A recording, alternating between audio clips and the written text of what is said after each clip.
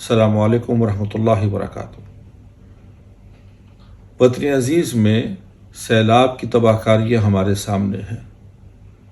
آپ سب لوگ جانتے ہیں کہ ہمارے بہن بھائی اور چھوٹے چھوٹے بچے کس قدر مشکل میں ہیں۔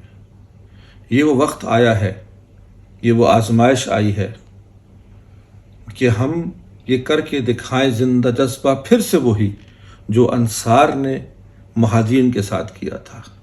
آئیے ہم سب لوگ مل کے اسی جذبے کے ساتھ پھر سے انصاری بنے، مسلمان ہونے کا اور بہترین انسان ہونے کا ثبوت دیں۔ آئیے مل کر جو شخص جتنا بھی اپنا حصہ ڈال سکتا ہے، وہ تھوڑا سا کھانا ہو، وہ ایک قمیض ہو، اس سے بڑھ کے جتنی توفیق ہو اپنا حصہ اس میں ضرور ڈالیے۔